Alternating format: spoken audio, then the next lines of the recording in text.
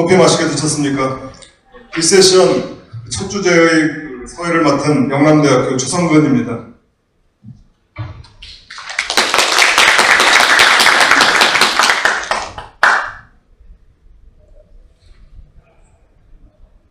이번 세션에서는 블록체인과 회사법이라는 주제로 새 정부 상사법 정책 아젠다에 대한 논의를 이어가도록 하겠습니다. 먼저 서울대학교 노혁준 교수님이 블록체인과 회사법, DAO를 중심으로 한 실원적 고찰이라는 제목으로 발표를 해주시고, 이어서 서울과학기술대학교 천창민 교수님과 한국외국어대학교 신지혜 교수님이 지정 토론을 해주시겠습니다. 세 분 일어나서 인사를 해주시죠. 큰 박수 부탁드립니다. 발표는 30분, 토론은 각각 7분을 드리도록 하겠습니다. 플로어에서의 질의는 발표와 토론을 마치고 기회를 드리겠습니다. 세미나 자료집의 뒷면을 보면 백지가 한 장 있습니다. 성명과 소속을 적어서 미리 서면으로 질의 내용을 주셔도 좋겠습니다. 코로나 팬데믹 이전인 2019년 6월경에 서울 삼청동에 있는 국립현대미술관에 우리나라 추상화의 거장인 박서보 화백의 회고전을 보러 간 적이 있습니다. 명불허전이라고 작품들도 좋았지만 특히 인상적이었던 것은 벽면 한켠에 붉은 활자로 되어 있던 나이 90을 바라보는 노화백의 좌우명이었습니다. 변하지 않으면 추락한다. 그러나 변하면 또한 추락한다. 라는 문구였는데, 노혁준 교수님의 발표 문구를 미리 받아서 읽어보면서 이 문구가 새삼 떠올랐습니다. 지금부터 노혁준 교수님의 발표가 있겠습니다. 부탁드립니다. 네, 오늘 발표를 맡게 된 노혁준입니다. 제가 자꾸 이제 사회도 하고 발표도 해서 좀 지켜주실 텐데, 이게 사유가 있습니다. 제가 저 원고를 부탁드리다 보니까 일부 발표자분들께서 너도 연구년 갔다 왔으니까 해라 이렇게 얘기하셔가지고 제가 부득부 이렇게 발표를 맡게 됐고요. 사실 다오에 대해서 제가 연구하게 된 거는 연구원하고 좀 관계가 있는데요. 제가 이제 한 학기 동안 UC 얼바인에서 국제기업 지배구조를 강의를 했었는데, 마지막 시간에 이제 학생들이 세미나식으로 발표를 했었습니다. 근데 거기 아무래도 좀 벨리나 이런 쪽 실리콘밸리 쪽에 취업하는 친구들도 많고 하니까 이런 기술이나 이런 쪽 관심이 많았고, 그 중에 한 친구가 이 다오에 대해서 발표를 하는 겁니다. 저도 이제 굉장히 개략적인 개념만 알고 있었지 이제 그때 처음 페이퍼를 보고 같이 얘기했는데요. 그 친구 얘기가 한 학기 동안 우리가 코퍼레이트 가버넌스에 대해 열심히 배웠는데, 거기 에이전시 티어리라든지 피처리 듀티라든지 이런 거 봤는데, 그거를 단방에 해결할 수 있는 만병통치약이 나왔다. 이게 바로 다오다. 이런 식으로 발표를 하더라고요. 그래서 그게 좀 말이 되는 얘기일까? 거기에 대한 의문이 들어서 이걸 회사법적 관점에서 사실 블록체인이나 가상자산에 대해서 증권법적인 얘기는 많이 있지만, 이거 전형적인 학자의 시각에서 한번 검토를 해보자는 생각이 들어서 그때 여러 가지 페이퍼를 보게 되었고, 근데 이제 그 이후에도 제가 말씀드리겠지만 상반기 여러 가지 영국에서도 관련된 책임에 관한 판결이 나왔고, 그 다음에 미국에서는 와이어밍주라든지 이런 데에서 또 입법을 만들고, 상반기에만 하더라도 굉장히 많은 일이 있었고, 국내에서도 이제 국보다오라는 것이 만들어져서 반송기술관 작품에 대해서 경매 신청 들어가는 등 굉장히 핫 이슈가 된 것 같습니다.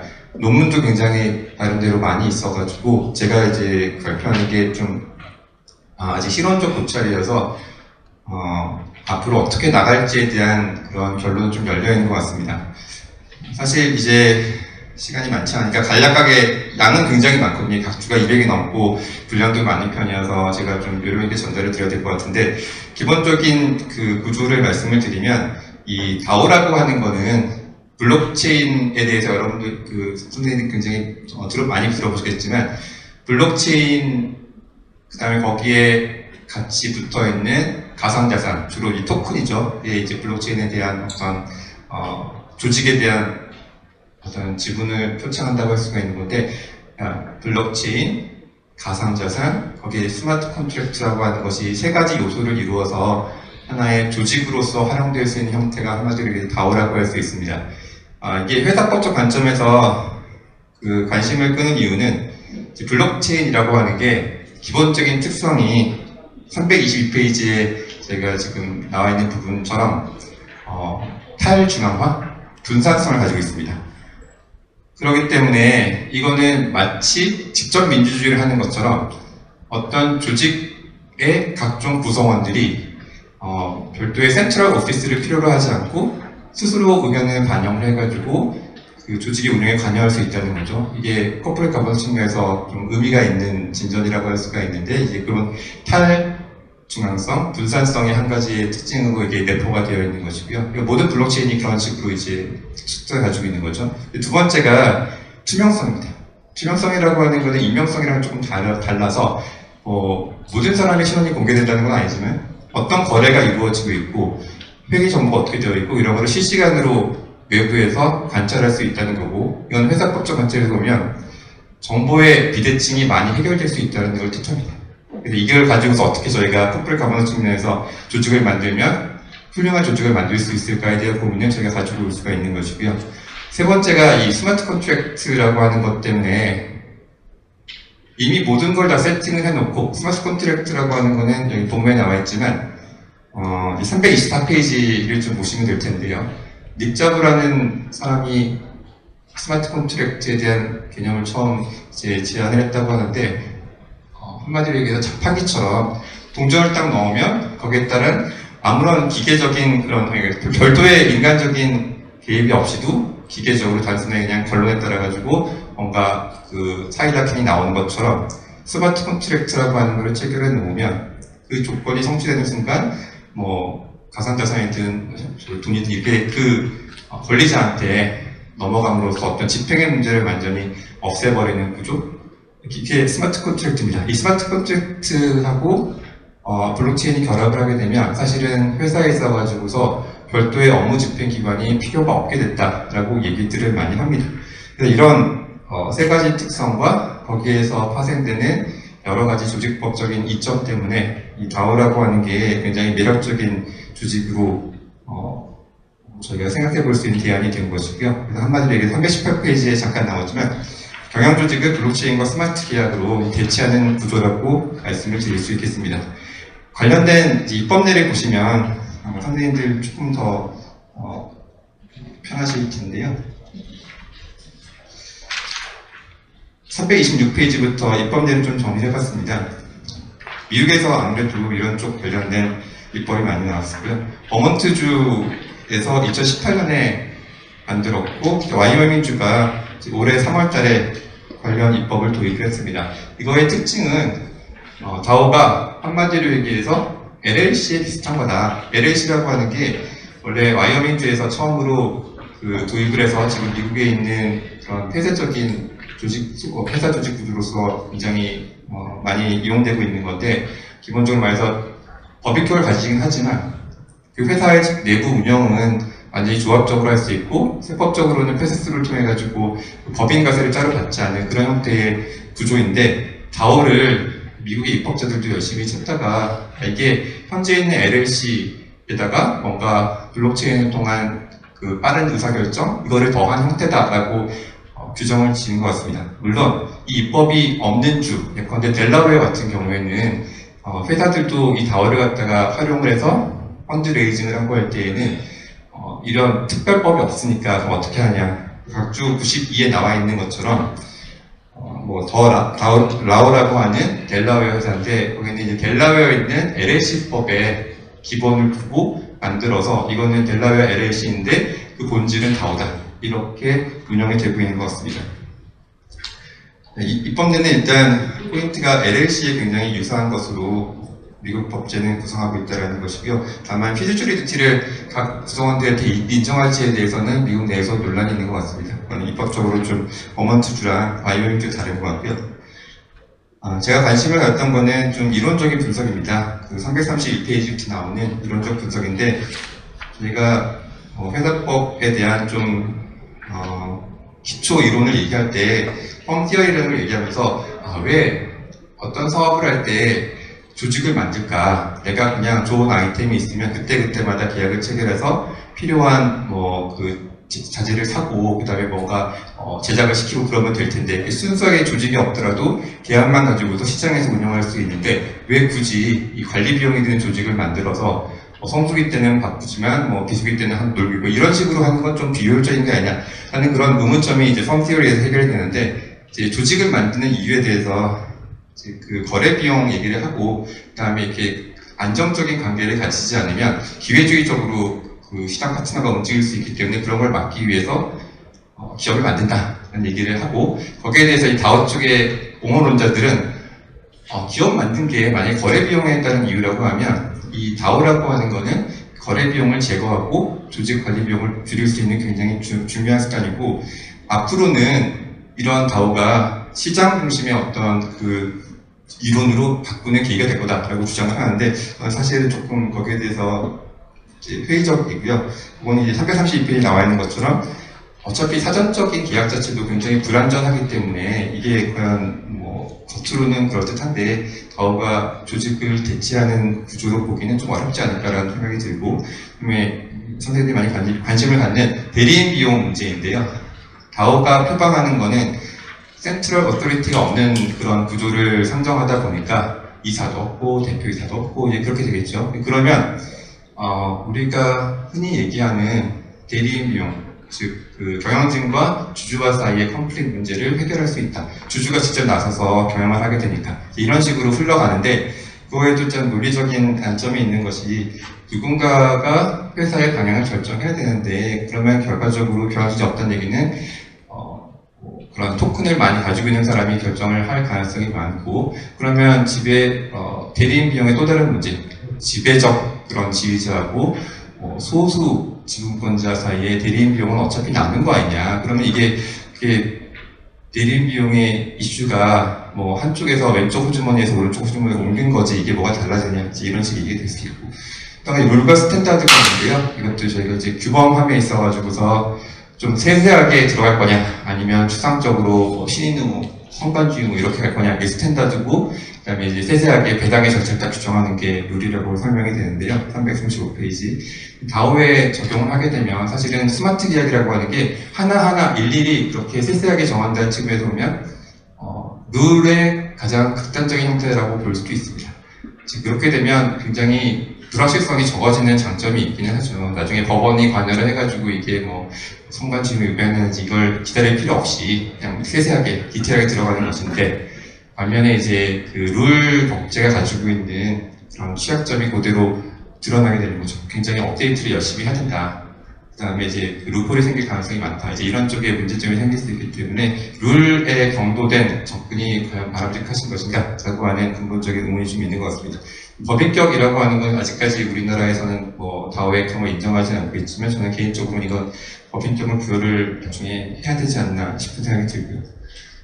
그래서 338페이지의 소호 변론을 조금 더 자세히 보고 넘어가도록 하면 이게 다오에 대해서 약간 굉장히 좋게 보시는 분들은 이런 얘기 하실 수 있습니다. 회사 지배구조 관점에서 5번째 줄 나와 있는 것처럼 전통적 기업 조직 이론 잣대에 따르자면 거래 비용을 낮춤으로써 굳이 조직 비용을 부담할 필요가 없는 상태로의 진전이고 각종 매개제를 없애거나 이에 대한 투명한 감시를 가능하게 함으로써 대리인 비용도 획기적으로 낮추고 다음에 포괄적인 불확실성을 내포하는 스탠다드의 규율도 부닥대를 만든다. 이게 굉장히 좋은 거다.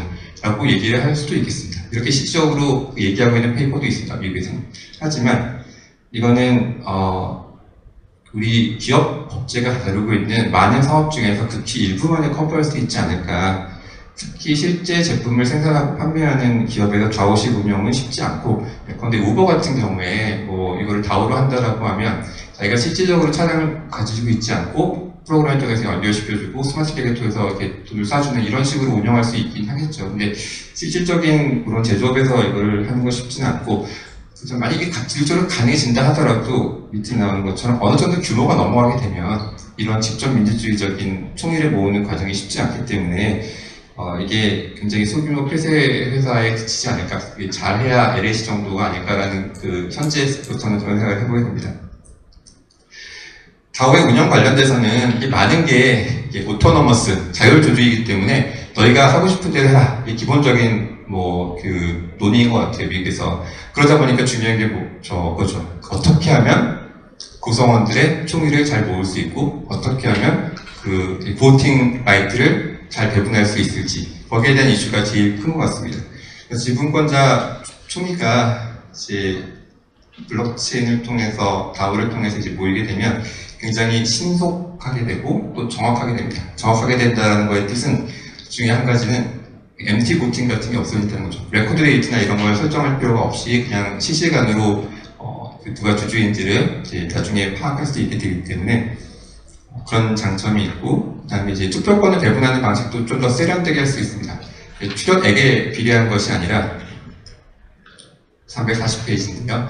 근데 레퓨테이션에 비례해서 341페이지를 보시면 레퓨테이션이라고 하는 거는 다오 사업에 대한 제안의 횟수, 제안의 품질, 과거 투표 참여 실적, 이따 물적, 인적 출연을 종합해가지고 어떤 레퓨테이션 표를 갖다가 만들어서 거기에 따른 의결권을 배정하는 것이 다오에서는 가능하다라고 되어 있고, 사실 이런 식으로 이제 실험을 하는 다오도 많이 있는 것 같습니다.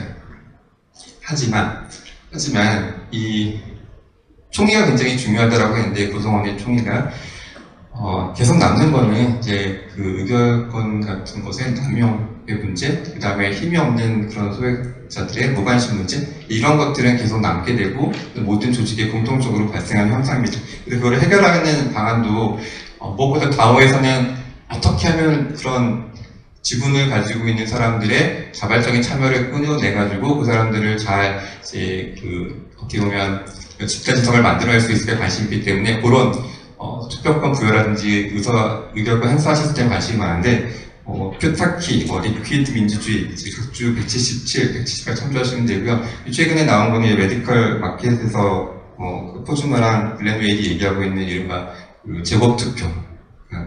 여기 보시면 342페이지 본문 아래서 다섯째 줄 보시면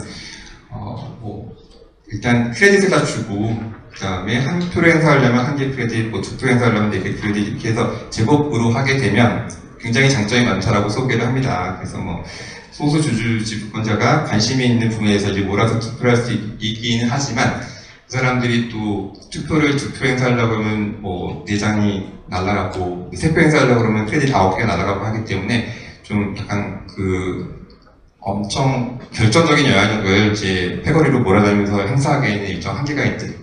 이렇게 굉장히 좋은 방식이다라고 얘기를 하고 있고, 다오가 되면 아마 이런 투표 방식에 대해서도 굉장히 여러 가지 실험이 있을 수 있을 것 같습니다. 지분 거래와 구성 명부에 관한 부분도 이제 다오의 회사법적 관점에서는 좀 흥미 있는 부분인데요. 델라웨어가 블록체인 자체에 대한, LH 다오 자체에 대한 입법은 없지만 이 주주 명부에 대해서 블록체인을 쓸 수 있다라고 개정을 한 바 있습니다. 2017년에. 그래서 보시면 344페이지 중간에 스톡 레저를 회사가 직접 관리하지 않고 여기에 맡길 수 있도록 그렇게 규정을 하고 있고요. 그래서 블록체인을 쓸 수 있다라고 규정을 하긴 했으나 여기에도 좀 한계가 있습니다. 345페이지를 보시면 이거는 기본적으로 스톡 레저라는 게 회사가 관리한다라는 전제하에서 그걸 외부에다가 위임할 수 있다는 구조입니다. 이거 사실은 블록체인의 기본 컨셉이랑은 다른 거죠. 블록체인은 이제 원장을 각자가 가지고 있고 분산해서 보유한다라는 개념인데, 이거는 원래 회사가 틀어주고 있어야 되는 건데 약간 위탁하는 식의 컨셉인 거고요. 또 한 가지는 이게 제대로 작동하려고 하면 기존 발행 주식을 다 포함해가지고 블록체인 들어와야 되는데, 기존 발행 주식이 이제 굳이 여기에 들어오지는 않는 형태로 되어 있어서 상당히 한계가 있습니다. 그래서 저는 두 가지로 조금 나눠서 보는데요. 이게 우리나라는 전자증권 제도이지 않습니까? 그래서 전자증권 제도처럼 중앙 어떤 집중기관이 이런 주주 명부를 관리하는 거에 대해서는 나름대로의 타당성이 있는 것 같고, 그래서 그거는 저는 현재 저희 체제가 오히려 이제 블록체인으로 하는 것보다 조금 더 효율적이다, 이렇게 생각은 하고 있고, 또 한 가지는 그것 말고 그런 주주 명부 제도라는 것 자체가 이제 필요하냐, 거기에 대해서는 이렇게 전자 등록이 가능하게 되면 굳이 주주 명부라고 하는 거를 회사 쪽에서 가지고서 관리할 필요 자체는 없지 않을까, 이렇게 이거 읽으면서는 그렇게 생각해봤습니다. 다오의 실패와 책임 문제를 마지막으로 다루도록 하겠습니다. 항상 이런 제도가 만들어지면 새로운 제도이기 때문에 이 조직이 가지고 있는 대외적, 대내적인 책임 문제가 생기는데, 제가 347페이지에 다루는 방식은 사업이 그냥 망했다, 너무 뭐 시장 상황이 안 좋아지거나 경영 판단을 잘못했거나 그래서 망했다라고 하는 게 한 가지 케이스고, 또 한 가지 케이스는 블록체인이라든지 스마트 대학 자체에 프로그램 오류가 있었다. 특히 이제 블록체인 자체에 오류가 있는 경우는 많지는 않지만 있을 수 있기 때문에 그런 식으로 해서 결과적으로 회사가 좀 되게 안 좋아졌다. 이거는 경영 실패한 건 아니죠. 그냥 프로그램의 실패죠. 이렇게 두 가지를 나눠서 갖고, 첫 번째로 사업의 실패, 그러니까 뭐 경영이 좀 잘못된 경우인데, 그때는 대외적인 책임 문제, 대내적인 책임 문제 나눠서 봤습니다. 348페이지 보시면 대외적인 책임이라고 하는 건 결과적으로는 유한 책임을 다오의 구성원들한테 인정할 수 있는지 여부.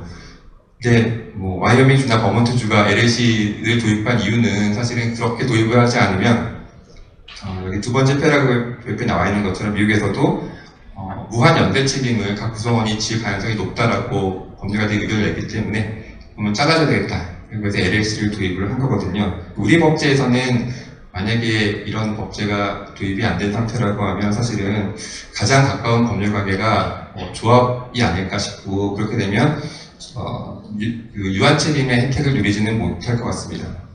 또 한 가지 대내적 책임이라고 하는 거는, 그럴 때 그러면 주도적으로 어떤 의사결정을 한 지배주주, 지분권자의 어떤 책임을 물을 수 있느냐, 이게 총의가 중요하다고 했는데, 그거는 사실 원래 주식회사의 대주주가 자기가 의사결정을 했다라고 해서 거기에 대한 잘못된 책임을 지지 않는 것처럼 원칙적으로는 책임을 묻기가 쉽지가 않은데, 마치 업무집행조합원과 같은 역할을 했다라고 하면 조금 달리 보일 수도 있지 않을까 싶습니다.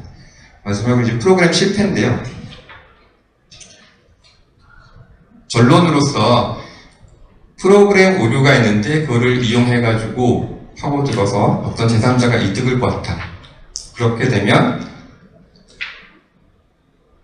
그 이득을 보는 사람이 첫 번째 코드 이즈 로라는 항변을 할 수 있는지, 그러니까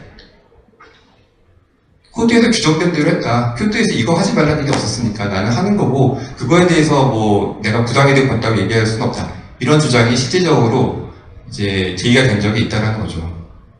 코드를 잘못 짠 너희 잘못이지, 나는 그거를 똘똘하게 이용을 했기 때문에 코드 이즈 로, 코드가 법이기 때문에 나는 거기에 대해서 어떤 잘못된 위법 행위를 하지 않았다. 이렇게 주장하는 게 사실은 해볼 만한 주장이긴 하지만 설득력이 크지는 않은 것 같아요. 이제 스마트 계약의 모든 경우를 상정하지도 않았고 351페이지 나오는 것처럼 그 공백은 일반적 법리에 따라서 메워주는 게 원칙이지 않을까. 이런 항변이 받아들여지면 오히려 완전 무결한 스마트 개혁만 활용되어야 된다는 것이 돼가지고 오히려 정책적으로도 좀 바람직하지 않은 게 아닐까 하는 생각이 들었고요.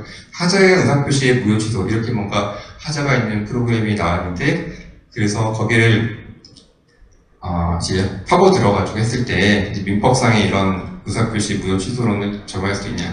법리 문제도 법리 문제지만 여러 가지 이제 집행 가능성 문제랑 누구를 기준으로 의사표시를 판단하고 하자를 판단하고 주장할 것인지 문제랑 굉장히 복잡한 문제들이 있어서 현실적으로는 굉장히 어려운 이슈가 될 것 같습니다. 지금 얘기한 결론이었고요. 이렇게 프로그램에 문제가 생겼을 때 해결하는 가장 근원적인 방법은 아예 약간 리셋하는 것처럼 하드포크라는 걸 하는 겁니다. 소극적으로 그런 문제가 있었던 그런 상태 이전으로 돌리는 거죠. 실질적으로 2016년 다오 사건, 최초의 다오가 2016년 고유명사인 D-DAO인데요. 그게 하드포크를 한 적이 있습니다. 이게 뭐 1억 6천 달러를 모았었는데, 그 중에서 3분의 1 정도가 그 해킹을 당해서 이제 다 없어질, 빼돌려질 그 위기에 처하게 되니까, 그 다오 측이랑 이더리움 재단 측에서 하드포크를 단행을 한 거죠. 이렇게 되면 사실 우리가 블록체인에서 가지고 있는 신뢰가 상당 부분 망가집니다. 블록체인은 분산 원장을 해서 모든 사람들이 동일한 원장을 가지고 있기 때문에 이거는 불변성이 있다라고 얘기를 하는데, 갑자기 뭐 다수의 그런 노드 피어들이, 채굴자들이 이제 합의해가지고, 아, 이거 아니야. 우리 그 옛날 걸로, 이렇게, 옛날 거 다시 바꾸고 다 이걸로 하자. 라고 하면, 블록체인에 대한 그 기본적인 신뢰가 무너져 버리는 것이기 때문에, 이거는 사실 흔한 현상은 아니고요. 그다음에 또 법률적 이슈도 있습니다. 이렇게 됐을 때, 그 변동으로 인해서 피해를 보는, 하드포크로 인해서 피해를 보는 그 기존에 있는 그런 권리자들이 손해배상을 청구할 수 있는 문제도 있을 수 있기 때문에, 하드포크는 이 당시 특정한 사람, 즉 굉장히 2016 다오 사건은 언론의 관심도 많이 받았었고 그 다음에 이제 피해가 굉장히 컸기 때문에 승인을 얻을 수 있었고 통상적으로는 이렇게 하드포크를 단행해서 소극적으로 문제를 마치 없었던 것처럼 그 블록체인을 완전히 바꿔버리는 프로토콜 바꿔버리는 그런 식의 일은 생기기가 힘들 것 같습니다. 그러면 남은 건 이제 프로그램 잘못 짰으니까 너희 책임자, 프로그램 개발자에 대한 책임 추구 문제가 남을 수가 있는데요. 하드포크도 불가능하고 가장 어려운 것은 이제 그 오픈소스 방식으로 개발자가 그냥 열어놓은 건데 나중에 그게 잘못된 것으로 밝혀진 경우에 그런 경우에 어렵죠. 프로토콜 개발자의 책임 문제가 생기는데 최근에 영국 튤립 트레이딩 사건이 있었습니다. 그래서 원고는 크랙 라이트라는 사람이 만든 회사인데 비트코인을 보유하기 위한 회사였죠. 피고들은 각 개발자 그룹이랑 비트코인 개발자 그룹이랑 또 개인이었는데 그 원고 쪽에 있는 비트코인 네트워크에 30억 파운드짜리가 자기 개인키가 삭제되면서 잔고에 접근할 수 없게 되니까 소송을 제기했습니다. 소송 원인은 이 개발자 측에서 신인을 위반했다. 또 불법행위 책임이 있다. 이렇게 주장을 한 거죠. 그래서 영국 고등법원이 신의무와 관련돼서는 개발자만이 유동적이니까 신의무자를 인정하기 어렵다. 불법행위 책임에 대해서도 순전한 경제적 피해인데 pure economic loss인데 거기에 대해서 계약관계 없는 쪽에서 이걸 막을 의무는 없다. 이렇게 봐서 이제 쳐냈고요. 이런 쪽의 기류가 미국 쪽 페이퍼에 많은 것 같습니다. 개발자 책임을 인정하면 안 된다. 여기 보시면 어떤 위인관계도 인정하기 어렵고 그 다음에 정보 불균형을 보완하기 위한 것인데 신의무라고 하는 게 블록체인은 정보 불균형 없지 않냐. 개발자들의 그런 특정하는 것도 어렵고 개발자의 그런 인센티브도 굉장히 온라인 되어 있기 때문에 굳이 신의무 위반을 인정할 필요가 없다라는 게 주류적인 의견인 것 같습니다. 반면에 이제 그 신의무를 긍정하는 견해도 있고요. 검토를 해보면 이게 정책적으로는 프로그램 개발자의 책임을 쉽게 인정하는 거는 사실은 좀 바람직하지 않죠. 이런 거를 개발하는 욕을 꺾겠다는 거니까 완성품을 구매하는 것도 아니기 때문에 소비자들을 좀 너무 두텁게 보호하는 거는 바람직하지는 않은 거고요. 우리나라에서는 영미의 신의무보다는 아마 그 불법행위 책임이 문제될 여지가 큰데 개발자의 고유가 있으면서요. 개발자가 거의 책임을 지지 않겠지만 일정한 경우에는 책임을 추궁할 여지도 있다라고 생각합니다. 첫 번째로 고정된 핵심 관리 그룹으로서 이제 지배력 행사하고 있는 그룹이 있다. 예컨대 이제 비트코인의 비밀 업데이트 사례를 예를 들었는데요. 350페이지에서. 그래서 버그를 분석하는 과정에서 더 이상한 문제가 있었는데 이제 그거를 이제 결과적으로 비밀리에 업데이트를 한 거죠. 만약에 이 사람들이 선의로 이렇게 했긴 했지만 악의로 이런 걸 했다라고 하면 더 큰 그 이익을 누릴 수도 있었던 상황인 거고요. 그렇기 때문에 이렇게 정보 접근성이랑 관리권이 있다라고 하면 거기에 상환하는 책임이 발생할 여지도 있다라고 생각을 합니다. 하자의 내용이 또 문제가 될 수 있는데요. 지금 이 튤립 사건의 경우에는 손해보고 개인키를 분실한 본인은 기준이 없다고 하지만 개인키가 없어진 거기 때문에 그 피해가 그 사람한테 한정되는 겁니다. 하지만 만약 이게 전반적으로 블록체인 자체의 문제였다라고 하면 좀 스토리가 달라질 수도 있었을 것 같습니다. 그렇기 때문에 이런 걸 좀 판단을 해서 개발자의 고의과실이 좀 문제될 여지가 있지 않나 싶습니다. 결론을 358페이지 줬는데요. 일단 다오가 이 협동조합으로 그치려고 하면 저희가 그냥 손 놓고 있어야 될 것 같은데 이걸 좀 영리조직으로 저희가 가능성을 갖다 열어준다라고 할 때에는 유한 책임을 갖는 어떤 법인격 조직으로 만들 필요는 있지 않을까 싶고, 그다음에 이게 그 센트럴 어서리티가 없다라는 게 스트럭처리스트가 아니다라고 얘기를 합니다. 그럼 입법적으로 뭔가 좀 대안을 갖다가 제시할 필요도 있고, 특히 약간 디폴트 룰을 만들어 놓을 필요가 있고, 그래서 디폴트 룰에는 특히 투표권 배분 방식이라든지 그런 거에 대한 다양한 옵션을 좀 연구를 해서 규정을 하는 것도 바람직하지 않나 싶고, 마지막으로 이제 개발자 책임과 관련돼서는 이거 섣불리 접근하기가 조금 아직은 힘든 것 같고, 이제 입법적인 조치보다는 일반적인 불법의 범죄에 따라서 의지하면서 개발자 그룹의 성격, 관리 범위 및 그에 따라 이득 등의 사례를 조금 구분하는 게 현재로서는 필요하지 않나라는 생각을 해봤습니다. 이상입니다. 짧은 시간에 그 핵심적인 내용을 압축해서 잘 발표해 주셨습니다. 블록체인에 기반한 그 가상화폐와 그 대체 불가 토큰인 NFT에 이어서 블록체인 기술을 통해 만들어진 탈중앙화 자율조직인 그 다오가 활용도를 높이면서 또 그 대상 영역도 넓혀가고 있습니다. 노혁준 교수님은 이러한 그 다오의 회사의 대체 내지는 그 추가 가능성, 그리고 대체한다면 어떤 점들이 그 고려되어야 하는지에 대해서 다오의 특성과 또 미국의 그 주요 입법례 등의 그 분석에 기초해서 회사법적인 관점에서 의견을 제시해 주셨습니다. 이에 대해 천창윤 교수님과 그 신지혜 교수님의 지정 토론을 듣도록 하겠습니다. 먼저 천창윤 교수님 그 토론을 부탁드립니다. 7분 정도 소개해 주십시오. 알겠습니다. 이런 시까지 마치도록 하겠습니다. 오늘 그 노혁준 교수님께서 아주 훌륭한 발표를 해주시고 또 굉장히 장문에 다오와 관련된 실론적인 내용을 적어주셔서 제가 지정 토론자로서 여러 가지 이렇게 고민을 좀 해보면서 시간 별로 많지 않았지만 많은 것을 배울 수 있는 좋은 기회였습니다. 제가 토론문은 따로 노 교수님과 학회 쪽에다가 보냈는데 아마도 오늘 내부적인 문제 때문에 참석자분들께는 안 간 걸로 알고 있고, 또 시간이 제가 한 8분 내지 7분 정도밖에 되지 않기 때문에 토론문의 내용을 전부 다를 다루는 것도 좀 부적절할 것 같고요. 그래서 핵심적인 내용들만 조금 말씀을 올리도록 하겠습니다. 질문 겸 교수님께서 한 번 더 좀 생각해 볼 수 있는 그런 점들을 아니면 여기 토론 플로어에 참여하신 모든 선생님들께서 같이 한번 좀 생각해 보면 좋은 것 같은 그런 부분들을 좀 말씀을 드릴까 합니다.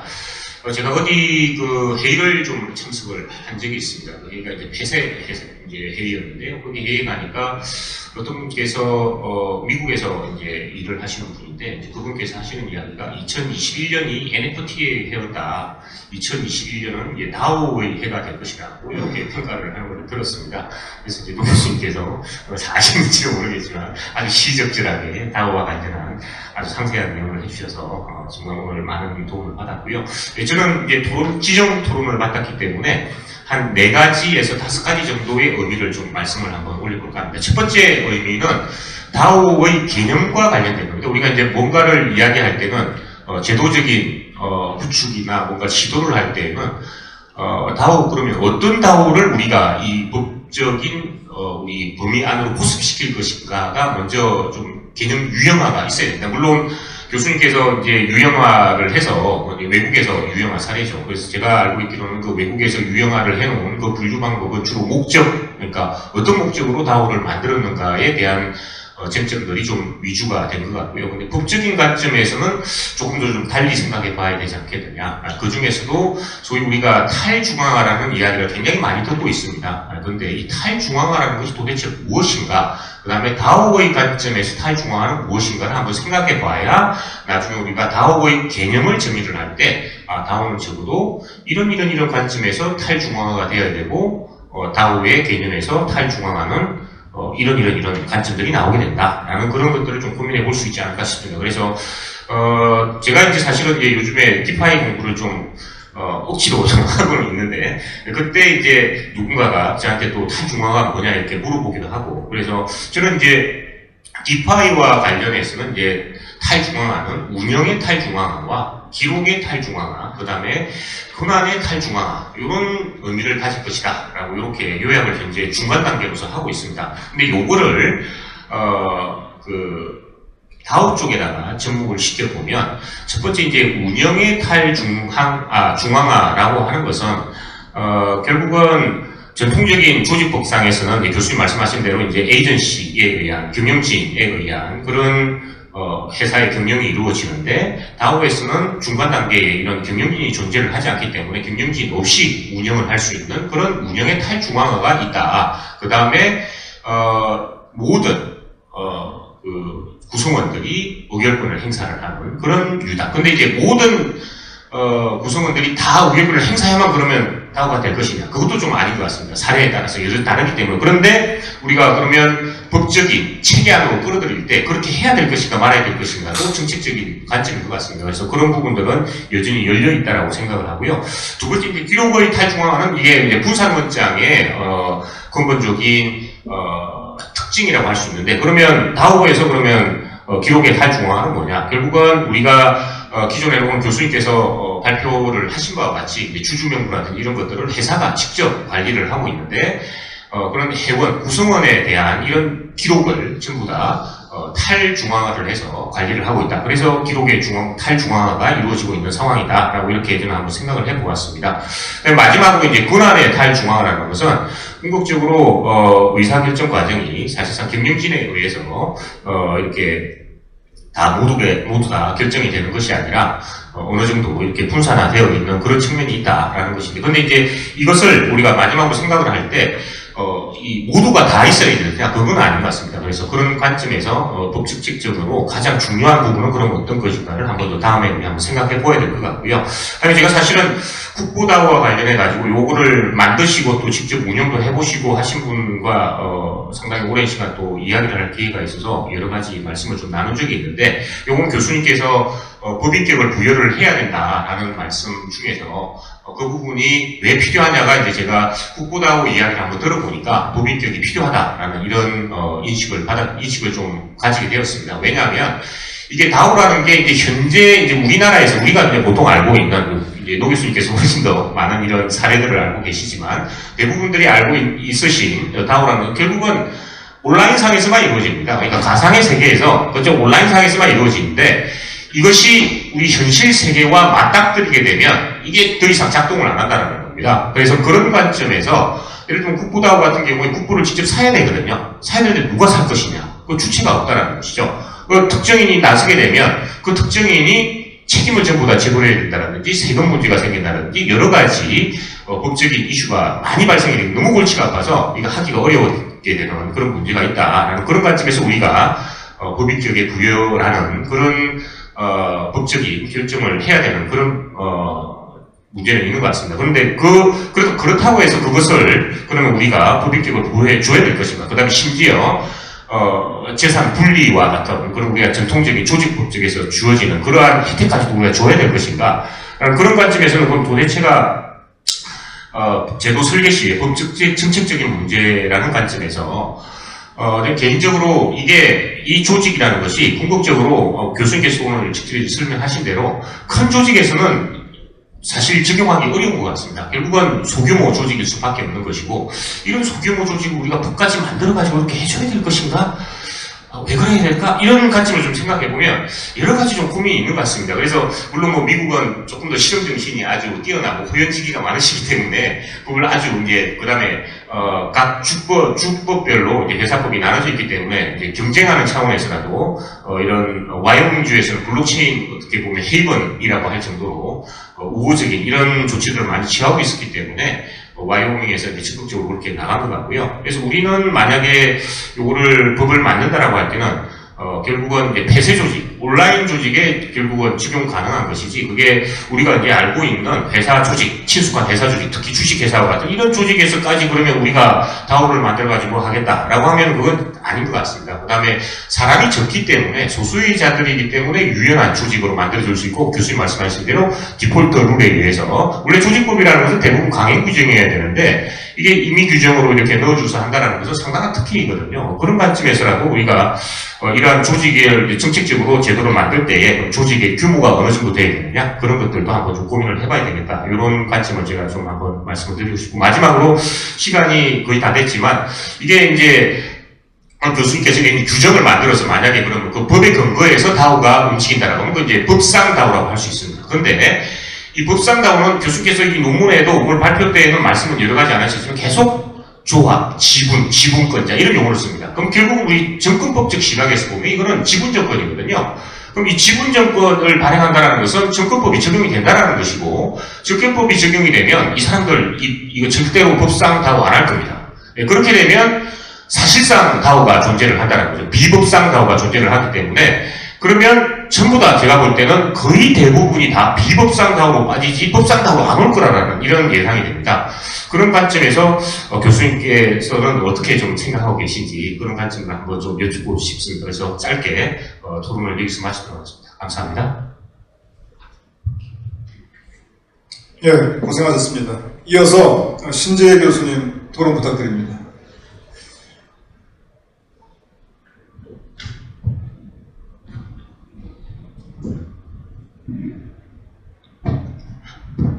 네, 안녕하세요. 한국외국어대학교 신지혜 교수입니다.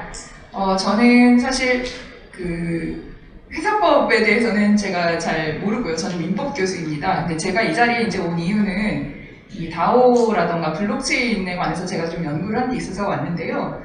먼저 말씀을 드리면 우리 이렇게 상사법 학회까지 불러주셔서 일단 굉장히 감사드립니다. 제가 이 자리에 이렇게 토론할 기회를 주신 점에 감사드리고요. 저는 사실 이 블록체인이라던가 다오라던가 스마트 컨트랙트라던가에 관해서 기술적으로 제가 사실은 조금 그나마 잘 안다고 이렇게 말씀을 드릴 수가 있습니다. 그래서 오늘 그런 관점에서 교수님 발표에 대해서 말씀을 드리고 싶은데요. 그 블록체인이라던가 스마트 컨트랙트, 다오 이런 것에 대해서 사실은 굉장히 기술적으로 과대평가가 되어 있습니다.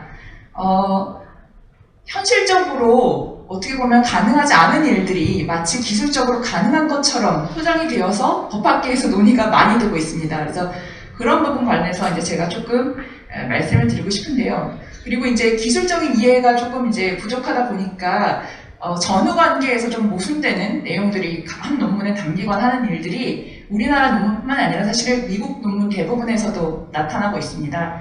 한 가지 예를 들어서 이제 말씀을 드리면은 예를 들면 336페이지에 보면 이제 법인격이라고 쓰신 부분의 밑부분에 이제 보시면 그 다오는 구성원들과 신속한 의견 교환 및 스마트 계약 업데이트를 통해 룰 개정이 가능하다라고 이렇게 기재해 주셨는데 사실상 이게 거의 불가능합니다. 스마트 컨트랙이라는 것이 블록체인에 한번 기재가 되면은 이거를 사실 수정하는 게 그렇게 간단한 일이 아니고 그리고 지금 이제 그 더 다오 사건이라고 소개를 해주신 2016년 다오 사건이 있는데 이게 저는 사실 개인적으로 보았을 때는 민사법적으로도 그렇고 사실은 저는 민사법적으로 굉장히 중요한 사례라고 생각을 했는데 오늘 교수님 발표를 보고서 이게 회사법적으로도 문제가 되겠구나라고 사실 생각을 했습니다.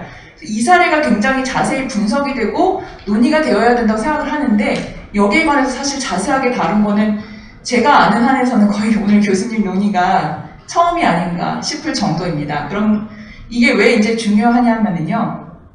그 스마트 컨트랙을 통한 이런 어떤 자율 조직 이런 게 한번 결성이 되면 수정이 거의 불가능하기 때문입니다. 그래서 이 사건은 그때 문제가 됐던 금액이 600억 원 정도로 굉장히 컸었는데 결국에는 어떻게 해결했냐면 그냥 없었던 걸로 하자로 끝났습니다. 그리고 나서는 어떻게 되었는가 이게 만약에 교수님 말씀하신 것처럼 어떤 회사법적 조직이라고 한다면 무슨 해산이나 청산 이런 것이 되는가 또는 그렇게 없었던 것으로 하자라는 그런 의사표시랄까 의사결정이 민법적으로 보았을 때는 뭐에 해당이 되는가 상법적으로 했을 때는 이게 대체 법적으로 어떤 의미를 갖는가에 관한 논의가 전혀 없이 그냥 하드포크라는 방식으로 없었던 일이 되었습니다. 그러고 나서 이 조직은 더 이상 사용이 안 되는 것 같습니다. 제가 이걸 그 뒤에 경과가 어떻게 되었는지 조금 그 뉴스 같은 거 검색해봤는데 전혀 나오지를 않습니다. 그래서 뭐를 말씀드리고 싶으냐면 이 스마트 컨트랙트도 그렇고 다오 같은 것도 그렇고 굉장히 엔지니어들이 광고를 많이 합니다. 이것으로 이러한 일도 할 수 있습니다. 회사법적으로 이러이러한 문제점들을 다 해결할 수 있습니다. 스마트 컨트랙트 같은 경우에는 채무 불이행이라던가 이런 문제를 다 해결할 수 있습니다라고 굉장히 많이 이야기가 됩니다. 근데 왜 그러냐 하면은 이게 나중에 이제 사실 아마 저쪽에서 하고 계신 가상자산 문제와도 관련이 있는데 그 스마트 컨트랙트나 다오를 운영하는데 사용이 되는 것이 가상자산들입니다. 토큰들 이런 것인데 그 토큰들은 많이 사용되면 경제적 가치가 높아지고 사용이 안 되면 경제적 가치가 0입니다. 근데 스마트 컨트랙이나 다오 같은 거가 자꾸 활성화가 돼야 자기가 지금 팔려고 하는 토큰들의 가치가 올라가기 때문에 사실 엔지니어들은 이 다오나 그 스마트 컨트랙을 개발하는 엔지니어들은 다 된다라고 얘기를 합니다. 그러면 법학자들 입장에서는 기술적으로 그 내용을 정확히 알고 그게 정말 맞는가, 법적으로 저렇게 해결하는 게 맞는가, 사실 이런 논의가 되어야 되는데 그런 논의가 사실상 거의 없이 다 된다, 기술적으로 다 된다고 한다 하더라, 다 된다라는 전제로 이제 사실 논의가 좀 되고 있습니다. 그래서 오늘 교수님 논의에서는 사실 그렇게 하시지 않고 다행히도 여러 가지 문제점에 대해서 지적을 같이 해주고 계셔서 저는 정말 좀 다행이라고 생각을 했고요. 두 가지만 이제 추가로 질문을 드리려고 하는데요. 이 스마트 컨트랙트도 그렇고 다오도 그렇고 사실 돈을 모으는 데는 굉장히 편리한 것은 맞습니다. 그래서 아까 말씀드린 2016년 다오 사건 같은 경우에도 돈을 모으는 데까지는 굉장히 수월하게 일이 진행이 됐습니다. 근데 거기서 이제 어떤 문제가 생겼을 때, 그것을 이제 어떻게 할 것인가를 결국에는 결정을 하지 못해서 그냥 없었던 걸로 하자라고 끝나버린 것입니다. 그래서 제가 아까 말씀드린 것처럼 사실 저는 회사법을 이제 잘 모르는데요. 회사 내부에서 이제 의사결정기구라고 한다면 주주총회, 이사회, 그다음 대표이사 뭐 이렇게 있지 않은가 제가 생각이 되고, 이 다오에서 할 수 있는 건 사실 그건 주주총회를 대체하는 기능 정도는 이제 좀 제공하는 게 아닌가 그런 생각이 듭니다. 그래서 이제 그 다오를 만약에 운영한다고 했을 때 뭐 합병이라던가 아니면 회사 분할이라던가 여러 가지 사실은 더 다른 이슈들이 있거든요. 그러니까 사소한 의사결정은 스마트 컨트랙을 통해서 이미 정해놓을 수가 있는데 그런 굵직굵직한 의사결정 같은 것은 혹시 어떻게 거기에 대해서는 어떤 식으로 여기에 작용할 수 있다고 보시는지 그런 궁금증이 좀 있고요. 그 다음에 이제 다오에 관해서 사업 실패 부분과 프로그램 실패 부분을 말씀을 해주셨는데 제가 생각하기에는 사업 실패에 관한 부분은 종전의 회사법 논리로 그대로 해결할 수 있는 것이 아닌가. 지금 이제 말씀해 주신 것도 어떻게 보면 이제 회사라는 것이 왜 만들어졌냐. 그 유한 책임을 인정하기 위해서 만들어진 것인데 약간 그런 논리가 아닐까 싶은데 오히려 이제 프로그램 실패 부분이 이 부분이 이제 제가 아까 초반에 말씀드린 것처럼 사실 프로그램 실패가 일어날 가능성이 굉장히 높습니다.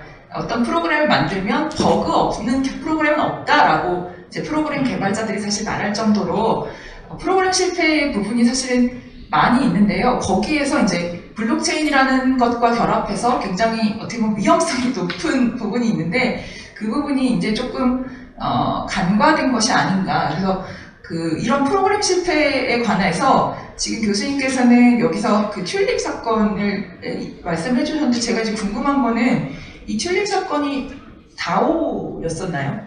여기서 이 크레이그 라이트라는 사람이 만든 이 조직, 예, 그러니까요. 그래서 이게 다오 사건이 아니었다면, 예, 그래서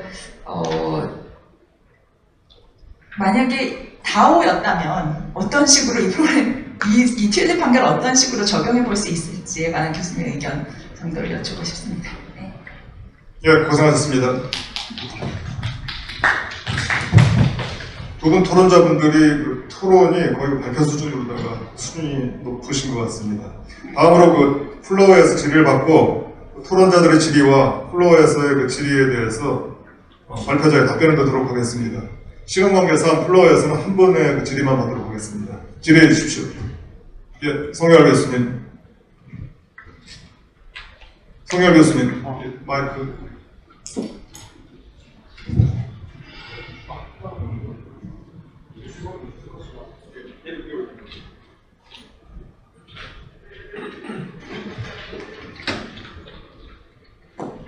여기 좀 앞에 있는데. 여기.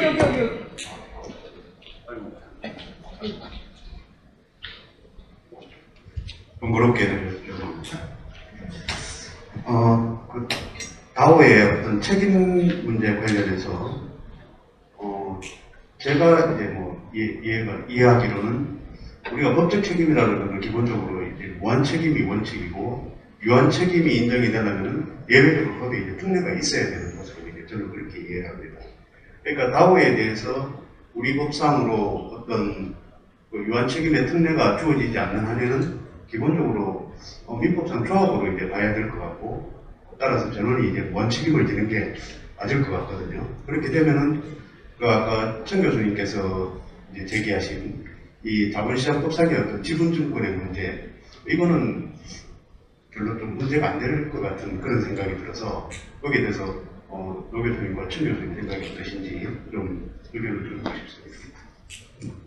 예, 먼저 그럼 그 노영준 교수님 답변 부탁드립니다. 네, 감사합니다. 역시 이제 재밌는 이슈인 것 같고요.